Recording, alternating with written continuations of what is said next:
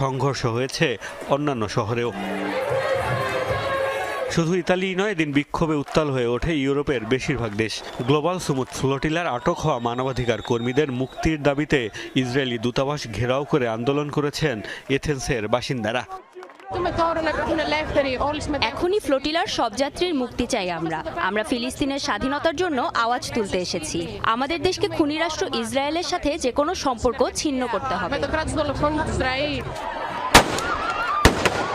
নিপীড়িত ফিলিস্তিনিদের পক্ষে উত্তাল হয়েছে স্পেনের রাজধানী মাদ্রিদের রাজপথ। বার্সেলোনাতেও সড়কে জড়ো হয়ে ইসরায়েল বিরোধী অবস্থান জানান দিয়েছে হাজার হাজার মানুষ।